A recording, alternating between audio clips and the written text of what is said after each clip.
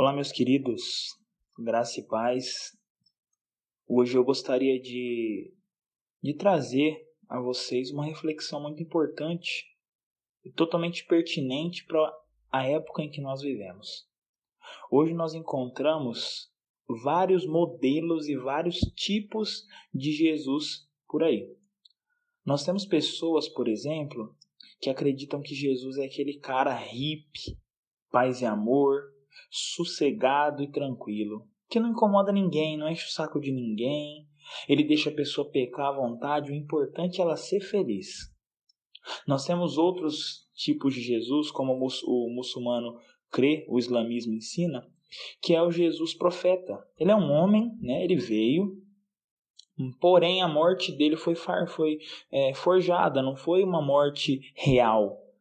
Na verdade, quando ele morre ali, ele não morre de verdade. As pessoas simplesmente tiram ele da cruz enquanto ele está vivo, né? E depois colocam ele para fora do túmulo. Enfim, existe também o Jesus abortista, né? Aquele Jesus que favorece o aborto. Existe também o Jesus que favorece regimes comunistas. Enfim, muitos tipos de Jesus. Existe inclusive até o Henrique Cristo, né? Você deve conhecer o Henrique Cristo. E todos esses tipos de Jesus, eles são anunciados inclusive em algumas igrejas. O Jesus que pede, que clama por aceitação. Um Jesus carente, um Jesus fraco, impotente. E muitas pessoas têm orado para esse tipo de Jesus. Muitas pessoas têm adorado um ídolo pensando que é Jesus. Nós vamos ver aqui agora, no capítulo 6 de João, nós vamos ler aqui alguns textos que mostram claramente que o povo daquela época não era muito diferente do povo dessa época. Na verdade, o coração do homem ele é o mesmo em todas as épocas. Em todas as épocas da história, o homem tenta montar para si um Deus que lhe agrade. Na verdade, a Bíblia vai dizer que nós somos imagem e semelhança de Deus. Porém, nós temos um coração caído, um coração que, sem Cristo, vai formar um Deus à nossa própria imagem e semelhança. Um Deus que nós não oramos para buscar um tipo de relacionamento, mas um Deus que nós oramos para poder buscar uma aceitação. Nós não oramos pedindo, Senhor, faça a tua vontade. Nós oramos pedindo a nossa vontade. E ai de Deus, se Ele não fizer a nossa vontade. João capítulo 6, a partir do versículo 46, Jesus ele começa lá atrás a discursar para um povo, uma multidão que o acompanhava, e essa multidão começa então a ser alimentada. Jesus ele alimenta essa multidão. Nós temos ali então milagres feitos por Jesus e Jesus alimentando essa multidão, até que em dado momento Jesus diz: não que alguém visse ao Pai, a não ser aquele que é de Deus, este tem visto o Pai. Ele está falando dele mesmo. Na verdade vos digo que aquele que crê em mim tem a vida eterna. Eu sou o pão da vida. Aqui ele começa então a ensinar a razão pela qual ele está dando o alimento para aquele povo. Ele está alimentando aquele povo para que aquele povo entenda que aquele alimento não é o verdadeiro alimento. É o alimento que vai matar a fome temporariamente deles. E aí Jesus diz então no versículo 48 de João 6, eu sou o pão da vida. 49, vossos pais comeram maná no deserto e morreram. Este é o pão que desce do céu, para que o que dele comer não morra. Eu sou o pão vivo que desceu do céu. Se alguém comer deste pão, ou seja, dele mesmo, viverá para sempre. E o pão que eu der é a minha carne, que eu darei pela vida do mundo. E aí então discutiam os judeus entre si, dizendo, como nos pode dar este a carne a comer? Os judeus eles tinham um problema muito sério. Eles interpretavam as coisas de maneira totalmente literal. Eles não compreendiam os significados espirituais do texto bíblico, né? Então aqui Jesus dizendo que aquele que comer da carne dele, eles entendiam que eles deviam comer da própria carne de Jesus, canibalismo. Mas não é isso, não é isso. Nós vemos que isso realmente é uma característica do judeu, né? Em João 3, quando Jesus está dialogando com Nicodemos, ele diz para Nicodemos que é necessário nascer de novo. Nicodemos entende o quê? Nicodemos entende que ele deveria voltar para a barriga da mãe dele, mas não é isso que Jesus está dizendo. Jesus está ensinando para esse povo através de algo, de uma figura, né? Através de um acontecimento prático, o que de fato ele veio trazer, que é a salvação. Então aqui nós já começamos a enxergar que esse povo não esperava o Jesus Cristo verdadeiro. Eles criam em um certo tipo de Messias que era diferente desse. Não tinha nada a ver com ele. Então, continuando, o versículo 52, eles discutiam entre eles, dizendo: como nos pode dar este a sua própria carne? E aí Jesus disse: na verdade vos digo, que se não comerdes a carne do Filho do Homem, e não beber do seu sangue, não tereis vida em vós mesmos. Quem come a minha carne e bebe o meu sangue tem a vida eterna, e eu ressuscitarei no último dia. Porque a minha carne verdadeira é comida, e o meu sangue verdadeiro é bebida. Quem come a minha carne e bebe o meu sangue permanece em mim e eu nele. Assim como o Pai que vive me enviou e eu vivo pelo Pai, assim quem de mim se alimenta também viverá por mim. Este é o pão que desceu do céu, não como dos vossos pais que comeram maná e morreram. Quem comer esse pão viverá para sempre. Jesus está dizendo: olha, a vida eterna não reside naquilo que vocês recebem aqui. Esse povo é um povo que foi ensinado através da sua cultura, contando de pai para filho todos os feitos do Senhor.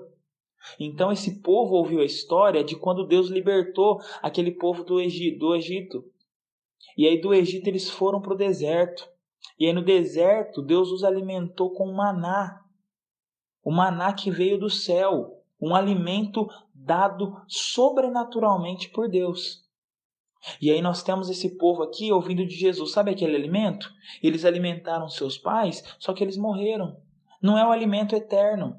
Não é a comida que vai dar vida eterna para vocês. Jesus está usando aqui um exemplo, né, uma ilustração de algo claro que acabara de acontecer, para mostrar que a vida eterna reside em se alimentar de Jesus. E nós sabemos, e a própria palavra de Deus diz, que o nosso alimento é a Escritura, é a Bíblia. Então, se nós não nos alimentamos da Bíblia, se nós não nos alimentamos de Cristo através da Bíblia, nós então não temos vida em nós mesmos. Versículo então 59. Ele disse essas coisas na sinagoga, ensinando em Cafarnaum. Muitos, pois, os seus discípulos, ouvindo isso, disseram: duro esse discurso, quem pode ouvi-lo? Olha, Jesus ele confrontou aquele povo. E aquele povo começou a reclamar: olha, Senhor, esse sermão é muito duro. Quem que pode ouvir? E aí ele continua: sabendo, pois, Jesus em si mesmo que os seus discípulos murmuravam, ele disse: isso te escandaliza? Que seria, pois, se vocês vissem o Filho do Homem subir para onde primeiro ele estava? O Espírito é que vivifica, a carne para nada se aproveita. As palavras que eu vos digo são Espírito e vida, mas há alguns de vós que não creem, porque bem sabia Jesus desde o princípio quem eram os que não criam e quem era o que havia de o entregar. E dizia: por isso eu vos disse que ninguém pode vir a mim, se por meu Pai não lhe for concedido. A obra da salvação é completamente de Deus. Ninguém é salvo por vontade própria. Ninguém é salvo porque acorda num belo dia e diz: opa, hoje eu quero ser salvo. Não. Todos são salvos pelo convencimento do Espírito Santo, pela fé dada pelo Filho de Deus, que é o autor da fé, e por Deus ter regenerado o coração. É uma obra do Deus Trino. É uma obra do Deus poderoso, não obra do homem. E aí Jesus ele continua dizendo, desde então, né, muitos ali dos seus discípulos tornaram para trás, ou seja, viraram as costas e foram embora, já não andavam com ele. Então disse Jesus aos 12 discípulos ali, aos apóstolos: vocês querem ir também? E aí Pedro responde: Senhor, para quem iremos nós? Tu tens as palavras de vida eterna. E nós temos crido e conhecido que tu és o Cristo, o Filho do Deus vivo. Olha só, aqui nós chegamos então na primeira conclusão dessa mensagem. Pedro entendia que Cristo era o Filho do Deus vivo. Pedro, ele cria que aquele homem que estava ali era o próprio Deus encarnado. Ele cria que aquele homem realmente vinha da parte de Deus. Ou seja, ele cria no Jesus verdadeiro. Pedro, ele confessa que tu és o Cristo, o Filho do Deus vivo, ou seja, tu és o Messias, tu és aquele que foi enviado por Deus. Enquanto os judeus adoravam e esperavam um Cristo totalmente fraco e um Cristo às vezes ali que só os alimentasse, um Cristo terreno, Pedro não. Pedro, ele diz que só em Cristo tem as palavras de vida eterna. Só em Cristo tem as palavras de salvação. Pedro, ele reconheceu o verdadeiro Cristo. Aí a pergunta é: quantos aqui adoram ao verdadeiro Cristo? Faça uma análise. Olha para a maneira como você enxerga a pessoa de Jesus Cristo. E depois busca na Bíblia o que a Bíblia fala sobre Jesus Cristo. E depois compare. E veja se o Cristo que você crê é de fato o Filho de Deus. É de fato o Deus verdadeiro. A minha grande preocupação é que muitas pessoas hoje têm adorado um Cristo diferente do Cristo que a Bíblia apresenta. Não basta simplesmente crer, é necessário crer no Filho de Deus. Não em alguém parecido com o Filho de Deus. Não em alguém que tem o nome do Filho de Deus. Não em alguém que acha que é o Filho de Deus. Tem que crer no verdadeiro Cristo. Pedro, ele coloca: tu és o Cristo, o Filho do Deus vivo. Então, para concluir essa pequena mensagem, nós temos aqui a confissão de Pedro, que muito nos é pertinente nos dias de hoje.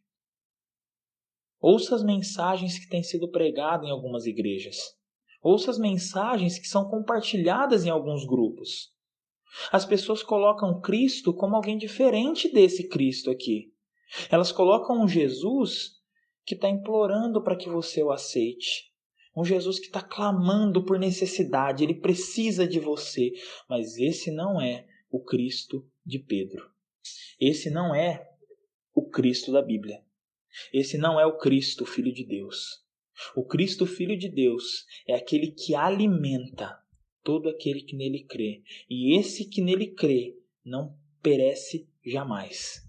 Ele é salvo de uma vez por todas. Ele é salvo eternamente, de uma vez por todas. E aí a pergunta é: você crê no Cristo verdadeiro? Você adora o Cristo verdadeiro? Você segue o Cristo verdadeiro? Ou você acha que você adora o Cristo verdadeiro, mas na verdade não é isso? Tire a prova dos 9. Olhe para dentro do seu coração e veja como é o Cristo que você adora. Aí fora as pessoas vão dizer que Jesus mora no coração delas. É só você perguntar, pergunta em qualquer lugar. Quem aqui acredita em Jesus? Todo mundo vai levantar a mão.